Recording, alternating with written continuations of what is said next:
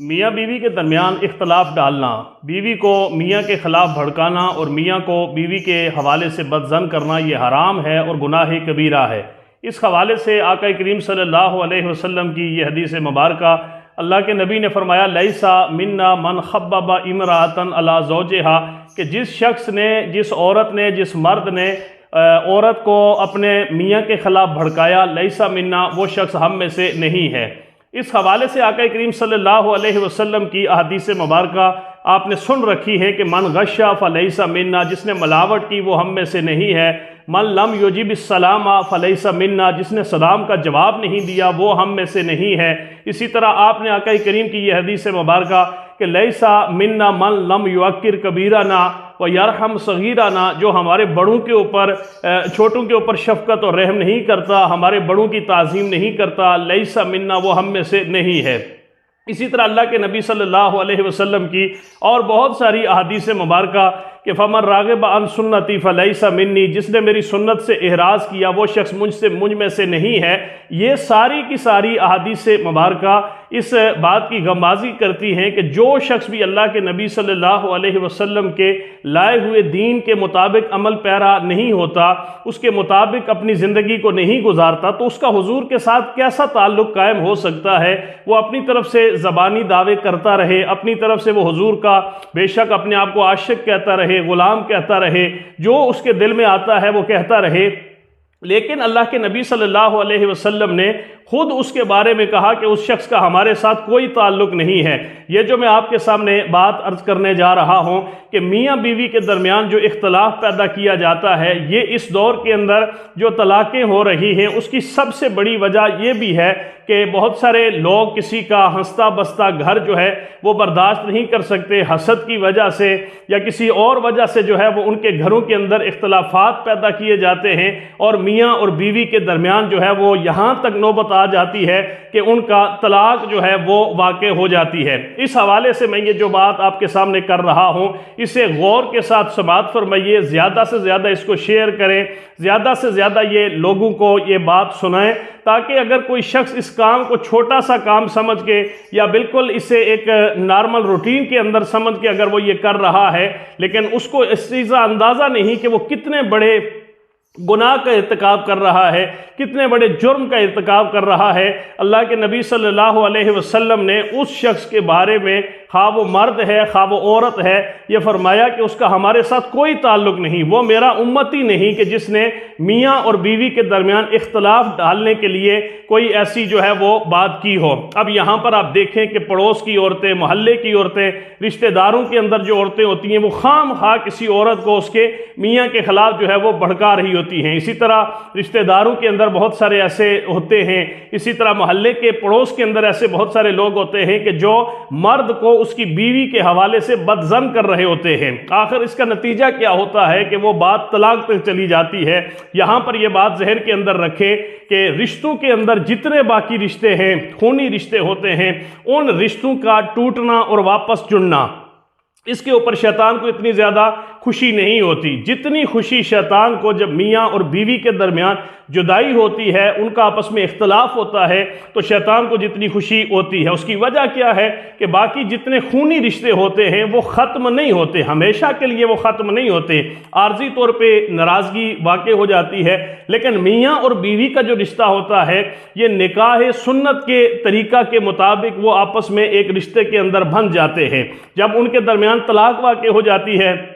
تو وہ رشتہ بالکل ہی ختم ہو جاتا ہے، اس کا وجود ختم ہو جاتا ہے، اور شیطان کو اس کے اوپر بہت زیادہ خوشی محسوس ہوتی ہے۔ بنی اسرائیل جو ہے وہ ان کے حوالے سے جو سورہ بقرہ کے اندر بڑے بڑے گناہ جو ہے وہ سورہ بقرہ میں جو بیان کیے گئے ہیں، ان گناہوں کے اندر ایک گناہ یہ بھی بیان کیا گیا ہے کہ وہ میاں اور بیوی کے درمیان اختلافات ڈالتے تھے، ایسے جادو جو ہے وہ کرتے تھے، ایسا سحر ان کے پاس تھا جس کی وہ باقاعدہ تعلیم حاصل کرتے تھے کہ میاں اور بیوی کے درمیان جو ہے وہ اختلاف واقع ہوتا تھا۔ آج بھی دیکھیں کہ بہت سارے لوگ جادو کے ذریعے یا باتیں کر کے یا کسی حوالے سے بھی ان کی کوشش یہ ہوتی ہے کہ فلاں آدمی کے گھر کو وہ اجاڑ دیں، لیکن یہ بات ذہن کے اندر رکھیں کہ جس کا گھر آپ اجاڑ رہے ہیں کہیں ایسا نہ ہو کہ اس کا گھر اجاڑتے اجاڑتے آپ کا اپنا گھر اجڑ جائے، کہیں ایسا نہ ہو کہ اس کے گھر کو بے رونق کرتے کرتے آپ کا اپنا گھر بے رونق ہو جائے، کہیں ایسا نہ ہو کہ اس کے گھر کے اندر آگ لگانے کی کوشش کرنے میں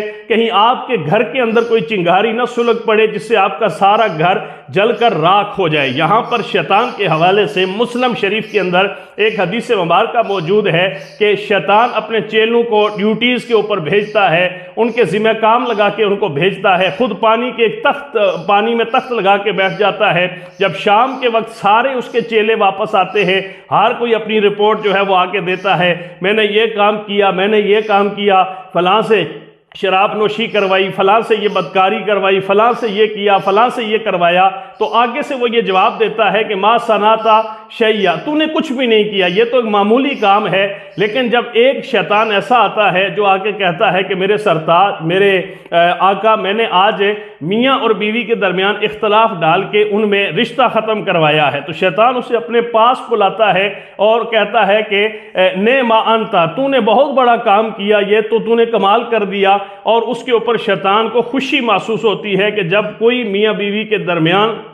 اختلاف پیدا ہو جاتا ہے۔ یہاں پر صحیح ابن حبان کی ایک جو روایت ہے وہ آپ کے سامنے عرض کر دینا چاہتا ہوں۔ ابو مسلم خولانی رحمۃ اللہ تعالی علیہ مشہور تابعی تھے، آپ کی زوجہ محترمہ کے ساتھ جو ہے وہ اچھی ہنسی بسی زندگی گزر رہی تھی۔ آپ کے پڑوس کے اندر ایک عورت تھی جو حسد کی وجہ سے ہر وقت ابو مسلم خولانی کی زوجہ کو ان کے خلاف بھڑکاتی رہتی، اور ان کے گھر کو اس نے سمجھے اس عورت نے اجیرن کر کے آپ کی زندگی کو رکھا ہوا تھا۔ ایک دن آپ نے بھرے مجمع کے اندر یہ بددعا کی کہ جو شخص میرے گھر کو اجاڑنے کے لیے میری بیوی کو میرے خلاف بھڑکاتا ہے، خدا کرے کہ وہ اس دنیا کے اندر اندھا ہو جائے، اللہ اس کی بینائی کو ختم کر دے۔ آپ نے جب یہ بددعا کی تو آپ کے پڑوس کے اندر جو عورت رہتی تھی، شام کے وقت وہ اپنے